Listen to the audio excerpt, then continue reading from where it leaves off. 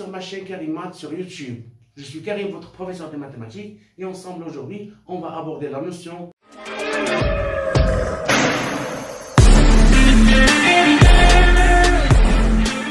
Cette leçon va être divisée en trois grandes parties. Dans la première partie, on va aborder à la définition de la racine carrée d'un nombre positif.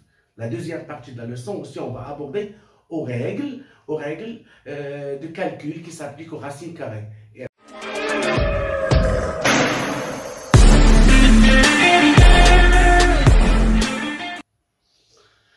Alors, avant d'aborder à la définition des racines carrées, venons découvrir ensemble des nouveaux nombres un peu spéciaux, un peu intéressants aussi. Ce sont des nombres qu'on va voir dans cette activité. Comme vous voyez ici, les nombres qu'on a ici de 0, 1, 2 jusqu'à par exemple 12, ça s'appelle des nombres, des entiers naturels, des entiers naturels. On va calculer leur carré.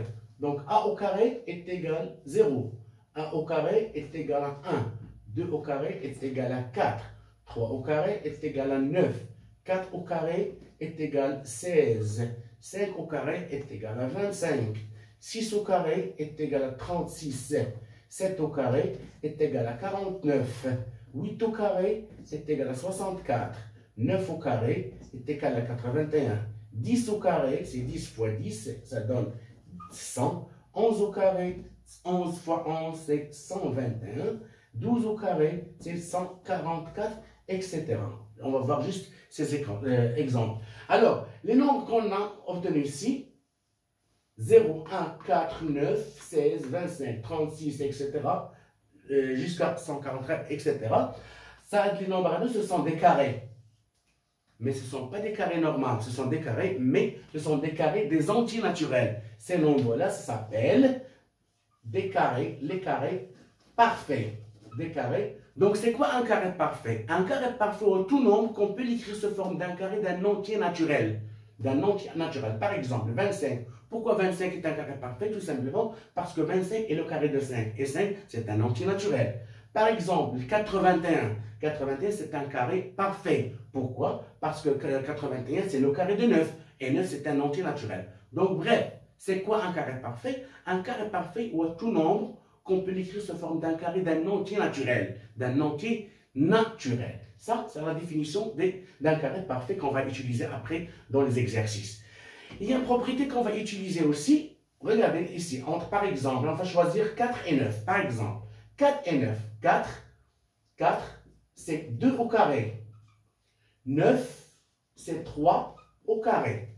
4 et 9, ça s'appelle des carrés parfaits successifs. Pourquoi? Parce que 4 est égal à 2 au carré et 9, 3 au carré. 2 et 3 sont successifs. Leur carré, ça s'appelle des carrés parfaits successifs. Par exemple, 36 et 49 aussi, ça s'appelle des carrés parfaits successifs. 9 et 16 aussi, ça s'appelle des carrés parfaits successifs. Par exemple, 64 et 100, ce sont des carrés parfaits, mais ils ne sont pas successifs.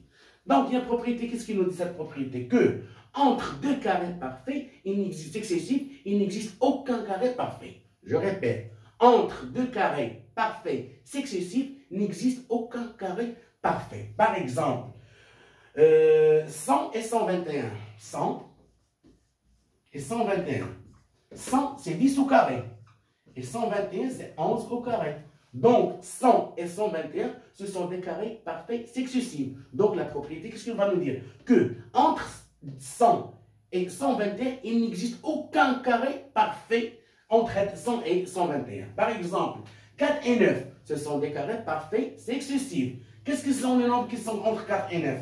Il y a 5, 6, 7 et 8. Donc, les nombres 5, 6, 7, ce ne sont pas des carrés parfaits.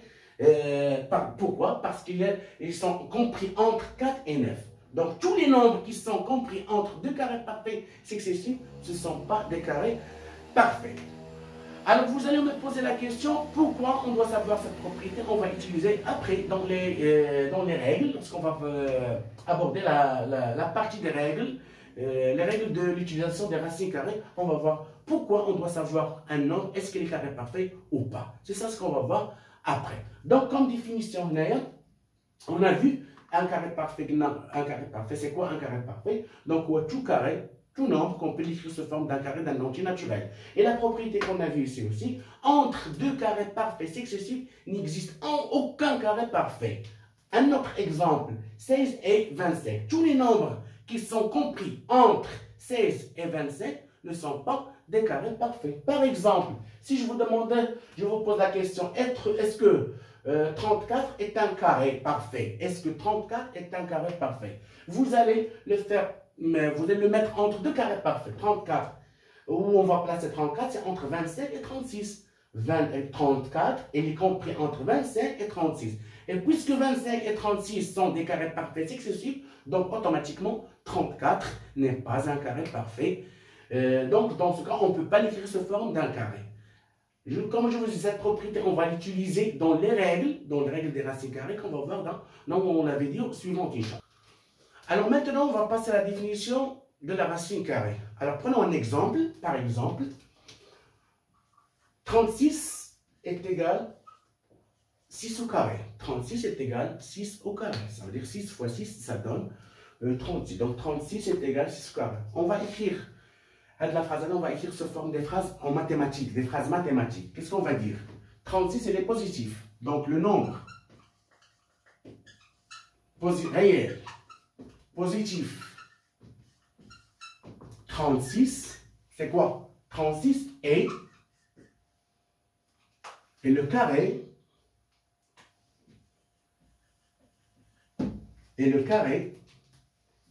du nombre positif 6. Alors, si on va écrire, on va lire la phrase de gauche à droite, qu'est-ce qu'on va dire? Si on va lire la phrase de gauche à droite, qu'est-ce qu'on va dire? 36, c'est un nombre réel positif. Donc, le nombre positif 36 est le carré du nombre positif aussi 6. On va lire la même phrase, mais de droite à gauche. Qu'est-ce qu'on va dire? Le nombre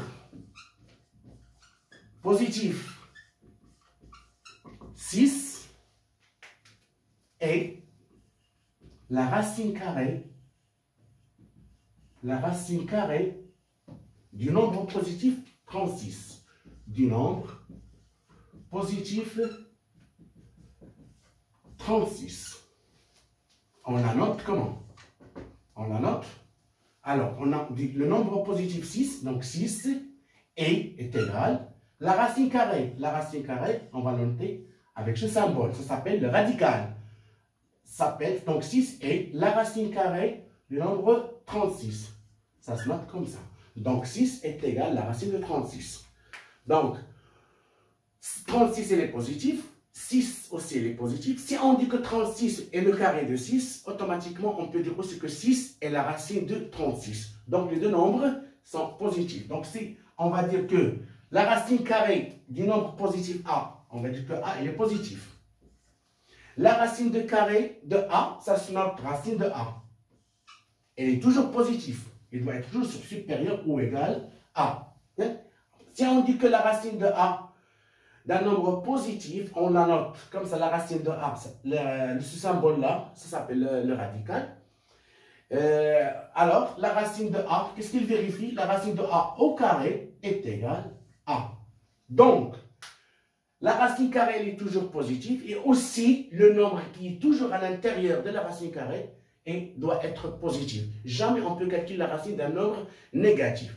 Donc, en bref, pour les élèves, qu'est-ce qu'on dit toujours? La racine carrée elle élimine la racine, le carré élimine la racine carrée et aussi la racine carrée élimine le carré, sauf dans la condition que A doit être positif. On va prendre des exemples. Par exemple, je veux calculer la racine de 25. La racine de 25. Lorsqu'on vous demande de calculer la racine de 25, autrement dit la question, comment on vous demande par exemple d'essayer au maximum de supprimer la racine carrée. Essayez au maximum d'éliminer la racine carrée. Pourquoi je dis maximum? Parce que parfois on peut supprimer la racine carrée, mais parfois on ne peut pas la supprimer. Quand est-ce qu'on la supprime? Lorsque le nombre est un carré parfait. Sinon, on ne peut pas la supprimer si elle n'était pas un carré parfait. Par exemple, la racine de 25, je veux calculer la racine de 25. Ça veut dire, autrement dit, elle va poser la question, essaie au maximum de supprimer la racine carrée. Dans ce cas-là, je vais voir est-ce que le nombre qui est à l'intérieur de la racine carrée, est-ce qu'on peut l'écrire sous forme d'un carré? Oui, on peut l'écrire. Comment ça? 25, c'est un carré parfait. Donc 25, c'est 5 au carré. Pardon, 5 au carré. Donc d'après la définition qu'on a vue tout à l'heure, la racine de 5 au carré est égale à 5. Pourquoi? Parce que le carré élimine la racine carrée et aussi la racine carrée élimine le carré. Sauf que 5, tout simplement parce que 5, elle est positive. Un autre exemple, la racine de 81. On vous demande de calculer la racine de 81. C'est comme si on vous demande d'essayer de maximum d'éliminer ou de supprimer la racine carrée. Donc, qu'est-ce que je vais voir? Je vais voir, est-ce que 81, on peut l'écrire sous forme d'un carré? Oui, pourquoi? Parce que 81, c'est un carré parfait. Donc, 81, c'est 9 au carré. Et d'après la définition, on peut éliminer la racine carrée avec le carré et ça donne 9. Comme je vous ai dit tout à l'heure, pour calculer, lorsqu'on vous demande de calculer une racine carrée, autrement, qu'est-ce qu'on vous demande? Essaye au maximum d'éliminer ou bien de supprimer la racine carrée.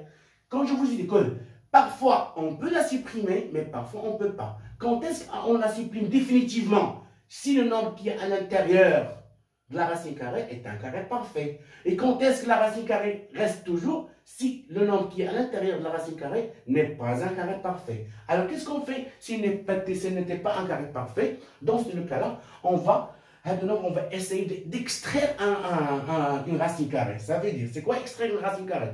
Ça veut dire qu'on va faire sortir une racine carrée ici. Sur la racine carrée, à l'intérieur de la racine carrée, on essaie d'extraire une racine carrée, un carré. Par exemple, racine de 18. Je veux calculer la racine de 18. Ça veut dire que je veux essayer d'éliminer ou de supprimer la racine carrée. Mais le problème, que le nombre 18 n'est pas un carré parfait. Ça veut dire qu'on ne peut pas l'écrire sous forme d'un carré.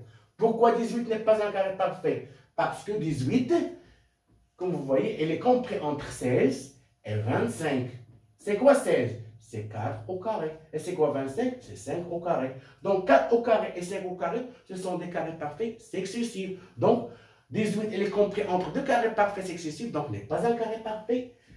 Le nombre 18. Donc qu'est-ce qu'il faut faire ici? Qu'est-ce qu'il faut faire ici? On va essayer d'extraire une carré. Comment ça? On va le décomposer. Décomposer, c'est une tkik. Comment on va décomposer 18? Décomposer un nombre, c'est essayer de l'écrire sous forme d'un produit de deux nombres. C'est quoi? C'est 9 au carré, c'est 9 fois 2. Donc, dans ce cas-là, 9, c'est 3 au carré fois 2. Alors, le nombre qui est là, le carré, c'est 3. Donc, on va faire sortir le nombre 3 de la racine carrée. Ça donne 3 racines de 2. Dans tous les cas, on va voir ça dans la vidéo précédente. Là, on va voir aussi les règles qui s'appliquent aux racines carrées. Donc, cette vidéo d'introduction est presque terminée. Donc,